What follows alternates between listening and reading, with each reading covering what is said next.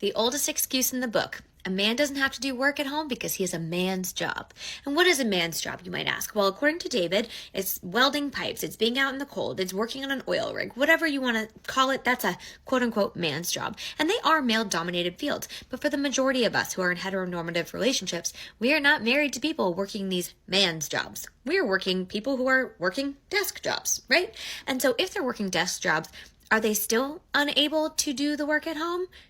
Or is it just any job that a man does is a man's job? That's the real question, right? Because this is running through every relationship with all kinds of different work dynamics. Even when men are stay-at-home fathers, this dynamic exists. So what is the real excuse? It is not that they're so tired from working outside and in the cold that they can't participate in making dinner. That's not what it really is. It's that they do not believe it to be their responsibility.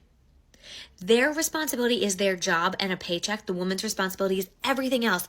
And this also negates the fact that women have jobs.